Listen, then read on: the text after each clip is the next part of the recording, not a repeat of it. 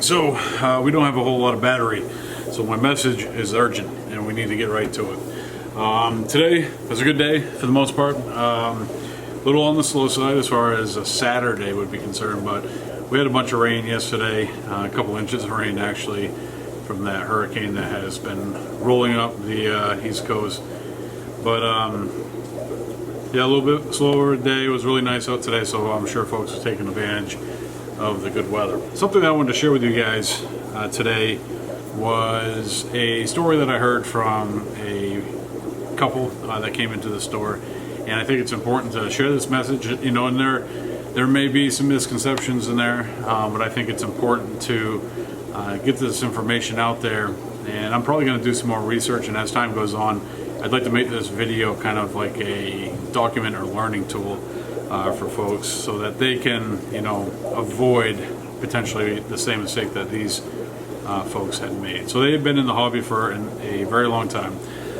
They're I would say casual hobbyists. They're not like, you know, they know all the crazy names of everything and everything that there is to know about the hobby, but they had been in the hobby for an incredibly long time.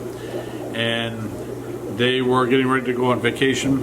Something had happened, and they had a glass sump, and the glass sump got cracked for one reason or another. So they had to make some moves pretty quick, and they needed to get their tank in a place where it was going to be okay for the time that they weren't home, basically, because they were going on vacation. And so they made a sump really quick, and they used silicone and got it set up, and basically everything in the tank, I think with the exception of a handful of things, completely died. Now, the only thing that really, you know, working backwards from it, the only thing that really had made sense and kind of came from that is that the silicone that they used to make the sump was not fully cured. And there are all different types of silicone. We kind of talked about that when I was going through the struggles of making the water storage tanks watertight, and eventually got to a place where I just, enough is enough, and I started siliconing. Well, I don't think, you know, and that came from you guys, and you guys sharing with me in the comment section that, you know, silicone is probably the best way to go when you're dealing with threaded pipe fittings. And, you know, by chance, I made the right choice by allowing it a very long time to cure before putting it to work. I did use a aquarium safe silicone, which was intended for aquarium use, but not all silicones are the same. There's type 2, there's type 1, and then I'm not even sure what the type is for the one that is labeled aquarium. Any of the silicone that you go and get at a Home Depot or a Lowe's or any hardware store will say right on it, not intended for aquarium use. Now, there is, you know, articles out there that say otherwise, but I definitely recommend that everybody do their research prior to attempting to do anything with any type of silicone. I am pretty much of the mindset, if it doesn't say aquarium on it, I'm not going to use it. But other folks may be in a place where they have a little bit more knowledge, a little bit more experience, and feel okay using that with their setups.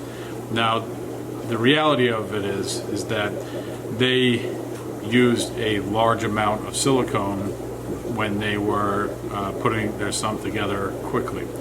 And there's a good chance that, you know, the silicone was, you know, cured on the outside but not on the inside, and it cost them to lose just about everything in their tank, which I can't even imagine what that would feel like. You know, somebody that is getting ready to go on vacation, emergency happens with a tank, because that's probably the worst time that anything could happen to the tank, and folks, you know, scrambling to get something done so they can get out and get to, you know, what it's supposed to be a good time, and, you know, try to get that done quickly and then watch your animals die and then go on vacation. Must have been a pretty horrible thing.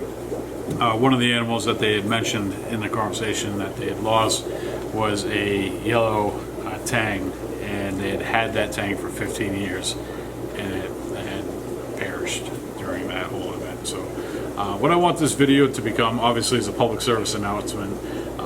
make sure you do your research on your silicone. Make sure that you're using a silicone that is approved for aquariums.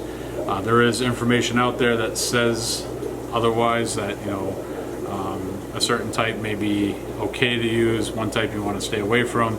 But in any regard, you want to make sure that your silicone is completely cured before you put water and inhabitants and livestock in the aquarium. In most cases, silicone says that you need to give it 24 hours. You might want to just go the extra mile and give it 48 hours before you use that aquarium or whatever it is that you are silicone. So you might want to go ahead, make sure that you play it safe. Most of us do. When we look at the dosage of something, we say, all right, it says this is a dose, I'm going to do half that and then try it out. I think, with something with siliconing, and there's a lot of folks out there that do it-yourself projects when it comes to this hobby. If you're going to silicone something, regardless of what type of silicone it is, bar none, make sure that it is completely cured before you utilize that piece of equipment, that aquarium, whatever the case may be that you are siliconing. And in a lot of cases, the silicone says 24 hours. Let's make it twice that. Let's go 48 hours and hopefully avoid what had happened with these folks in your own system. So I want to see some comments down below. If you find some articles that are helpful when they are talking about silicone and a reef tank, let's put those in the comment section. If you find a thread on some forum or an article somewhere on the interwebs, put that in the comment section below. Anything that I find, I'll do the same. I'll put it there.